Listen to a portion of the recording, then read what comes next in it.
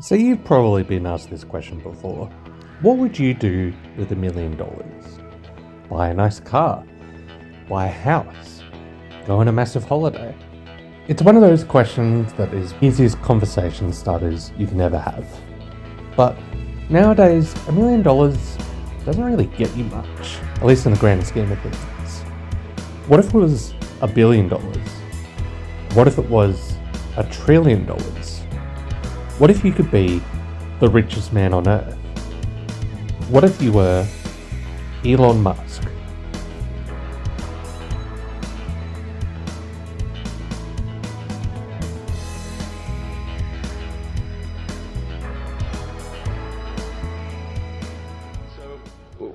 When I was young, I didn't really know what I was going to do when I got older. People kept asking me, but then eventually I thought that the idea of inventing things would be really cool.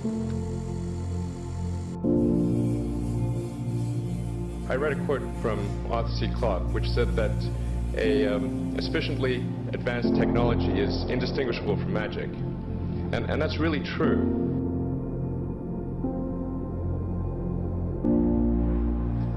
Being able to fly, that's crazy. Being able to see over long distances, being able to communicate. If I can advance technology, then that's like magic, and that would be really cool. And I was at sort of a slight existential crisis because I was trying to figure out what does it all mean? Like, what's the purpose of things?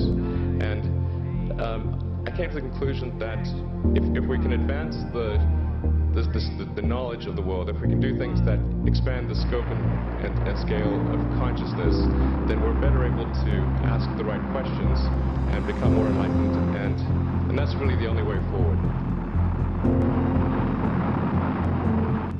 Yes, that's right.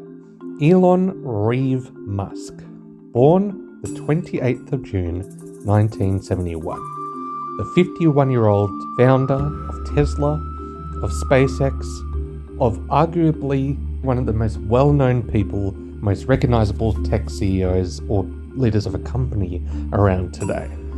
It's hard to escape the news and tech space without knowing who Elon Musk is. But I find myself in a position at this video essay knowing surprisingly little about the man behind the Tesla car. Like, where did Elon Musk get his money from? How did he become so rich? Why did he decide that it was a funny idea to dress up as Wario on Saturday Night Live in 2020? Why did this episode rate so well? And why are there so many stories about what a terrible person he is? I think this video essay is going to try and do a lot of things, but there's one thing that I want you to take away from this video. Whatever you think of Elon Musk, he is the person that he is because of his background. I might argue a lot of things throughout this video essay that you might not agree with, but I think one thing I want all of us to agree with is that this guy's background and the way he got to where he is today formulates the person that he is today. But we'll go into that in more detail. But first, who is Elon Musk? So one of the, I think, most common questions I hear ambitious young people ask is, I want to be the next Elon Musk. How do I do that? Obviously, the next Elon Musk will work on very different things than you did. But what have you done, or what did you do when you were younger that you think sort of set you up to have a big impact? Well, I think first of all I should say that I did not expect to be involved in all these things. So the 5 things that I thought about at the time in college, so quite a long time ago, 25 years ago. Making life multiplanetary, accelerating the transition to sustainable energy, the internet, broadly speaking, and then genetics and AI. I think I didn't expect to be involved in all of those things. I actually, at the time in college, I sort of thought helping with electrification of cars was how I would start out, and that's actually what I worked on as an intern, was advanced ultracapacitors. Elon was the oldest of 3 children when he was born in Pretoria, South Africa. His father was a South African engineer, and his mother was a Canadian model and nutritionist. His parents divorced when he was young in 1980. Musk lived primarily with his father. He would later dub his dad a terrible human being. Almost every evil thing you could possibly think of, he has done. Elon Musk attended the private English-speaking Waterkloof House prep school. He started the year early and later graduated from Pretoria Boys High School. He described himself as a bookworm and made very few friends in those places. Technology became an escape for Musk. At 10, he became acquainted with programming using a Commodore VIC-20, an early and relatively inexpensive home computer. Before long, Musk had become proficient enough to create Blaster, a video game in the style of Space Invaders. He sold the basic code for the game to a PC magazine for $500. In one telling incident from his childhood, Musk and his brother planned to open a video game arcade near their school, but their parents said no.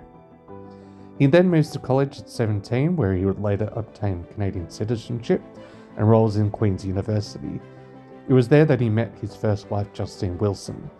They would marry and have 5 sons together, twins and triplets, before divorcing in 2008. After 2 years at Queen's University, Musk then transfers to the University of Pennsylvania. He takes on 2 majors, but his time there wasn't all work and play. He bought a 10-bedroom fraternity house which they use as an ad hoc nightclub. He then graduates with a Bachelor of Science degree in physics, in addition to a Bachelor of Arts in economics from the Wharton School. It was physics that left the deepest impression on Musk, because he would go on to say this: "Physics is a good framework for thinking. Boil things down to their fundamental truths and reason up from there." He was 24 years old when he moved to California to pursue a PhD in applied physics at Stanford University. With the internet exploding and Silicon Valley booming, Musk had entrepreneurial visions dancing in his head. He leaves the program after 2 days, and in 1995 starts Zip2. Musk then becomes involved with electric cars as an early investor of Tesla in 2004, ultimately contributing about $6.3 million to begin with, and joins the team to help run a company then known as Tesla Motors. And then Musk assumes control as CEO and product architect in 2007. Under his watch, Tesla has become the world's most valuable automaker and one of his best known brands. He then starts SpaceX in 2002, and then he discloses his 9.2% stake in Twitter in April 2022. So that is his long, storied career, at least on the professional level, of how Elon Musk becomes a billionaire. But there's more to it than that. Mr. Musk, how are you? Congratulations on the promotion. Thank you very much. Thank Hey. you. Those Merlin engines are fantastic. Oh, thank you. Yeah, good idea for an electric jet. You do? Yeah. Then we'll make it work. As of June 2022 this year, Elon Musk has an estimated net worth of $220 billion. And he first achieved the distinction of being the richest man in the world when he surpassed Amazon.com founder Jeff Bezos. Jeffrey Bezos. So I want to be a little bit honest about this video essay that you're watching right now. I initially started work on this Elon Musk Wario Saturday Night Live. The skit itself is terrible. I'd like to submit as evidence Wario's Super Mario Wiki fan page, and this is all real.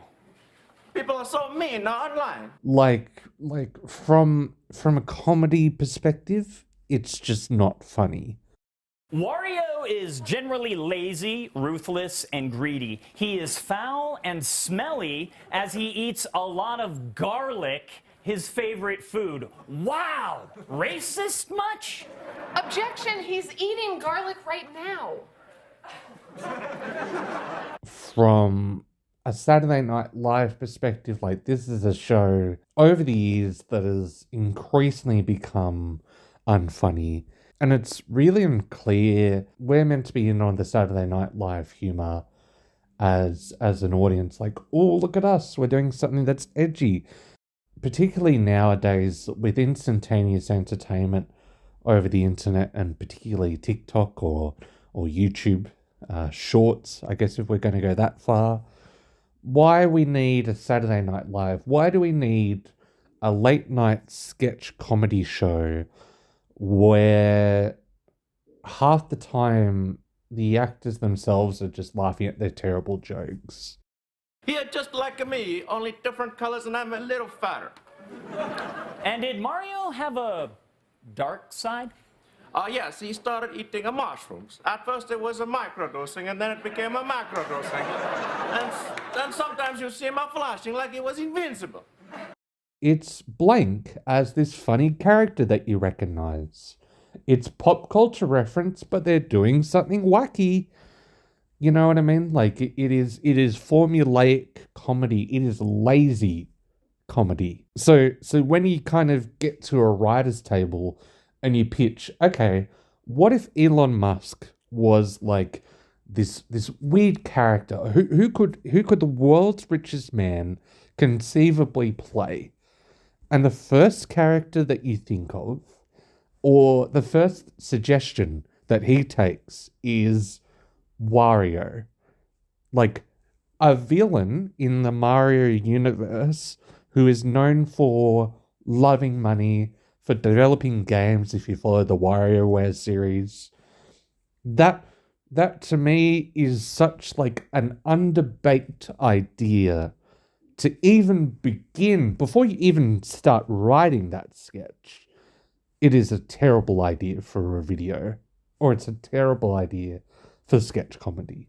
So, okay, you take that idea and you think, well, what would be like a funny setting to do with Wario? Like, what could we conceivably put the Mario characters in that would make sense, that hasn't been done before, that could break new ground or be something that is easy to share with audiences as something that is funny or worth watching? Okay, let's do a courtroom drama where Wario is accused of killing Mario through a game of Mario Kart by shooting a shell at him. Like, you've gone past irony. You've somehow circled around irony back to this conceivably wink, wink, nudge, nudge. You're in on the joke. I'm in on the joke. We both know that this is stupid. Elon Musk knows that this is stupid, but he's basically trolling you. Oh, like, it's not actually meant to be taken seriously. It's all silly. For something like this, it's just so lame. The whole thing is lame. This whole sketch just does not work at all. The costumes look terrible. The whole setup, as I said before, makes no sense whatsoever. I want to read some of the comments on the SNL Wario video, because I think some of them are so perfect, and I quite frankly have writer's block and I can't write something better than what they're saying. The top comment on this video is quite amazing, from Clifton Rich. He says, "Imagine pulling a 14-hour shift at the Tesla factory. You come home, you turn on the TV, and your boss is on the television pretending to be an Italian cartoon character on trial for murder. And there are a wide range of problems with, Tesla, from the fact that a lot of the workers are overworked, underpaid. Some of the vehicles themselves that are trying to be autonomous and self-driving have been involved in crashes lately." I just nailing it on the head there. There's another comment further down. "The fact that someone let this get filmed, edited, and broadcast on national television," and I would also add paid. I think all of these actors were paid. Maybe Elon Musk and Grimes were not paid. It is mind-blowing how many hurdles this went through to then be put on television. And the ratings were incredible for this episode, partially because I think of Elon Musk alone, but all of the people watched this skit in particular.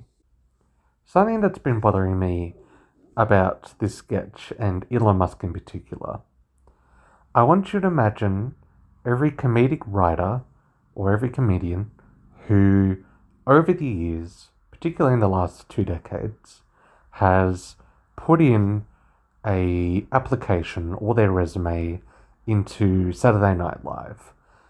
Every person who feels like they had something to contribute to the even satiric conversation, who had something witty to say about the world in general, and feels like they could have changed not only Saturday Night Live, but also the nature of comedy itself.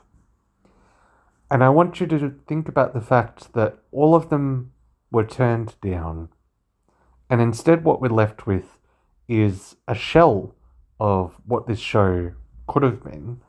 We're left with a sketch that, on its basic premise level, is trying to make out the world's richest man into an asshole when he's doing that by himself already. And keep in mind that this was filmed in 2021. There was a whole year's worth of Elon Musk controversies to follow in the year after this. Elon Musk is a lot of things. He is an attention seeker. He is still the world's richest man. But he's also somewhat of a failed character. He is kind of a Wario to the world's Mario. Because ultimately, Wario's greed is his downfall. We're always seeing Wario fail at what he does. Like, he doesn't actually successfully build a game. The game might corrupt itself. Wario may try and collect all the coins, but they don't result into anything because, as we know, money doesn't buy happiness.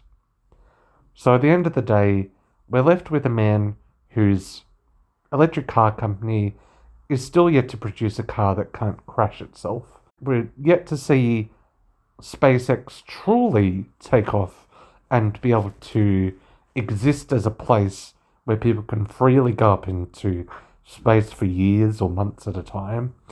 We haven't reached Mars, and the boring company seems to produce one-lane car tunnels, which basically don't help anyone, to the tune of millions and millions of dollars.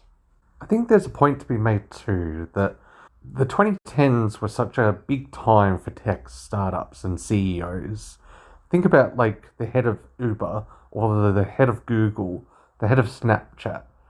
Elon Musk is sort of the ultimate representation of the tech startup bro, the sort of guy in Silicon Valley that everyone loved because he had all these huge ideas and everyone could invest as much capital as they wanted to in Tesla, in the Elon Musk brand. But 10 years later, now that we're in the 2020s, it doesn't really eventuate into anything. Cryptocurrency has basically crashed despite Elon Musk wanting to take it to the moon. And we're never really going to get any of that money or time back. So what actual benefits has Elon Musk made to the world, apart from trying to buy Twitter? Is Elon Musk Wario? I would argue yes. But for all the wrong reasons. Thank you for watching.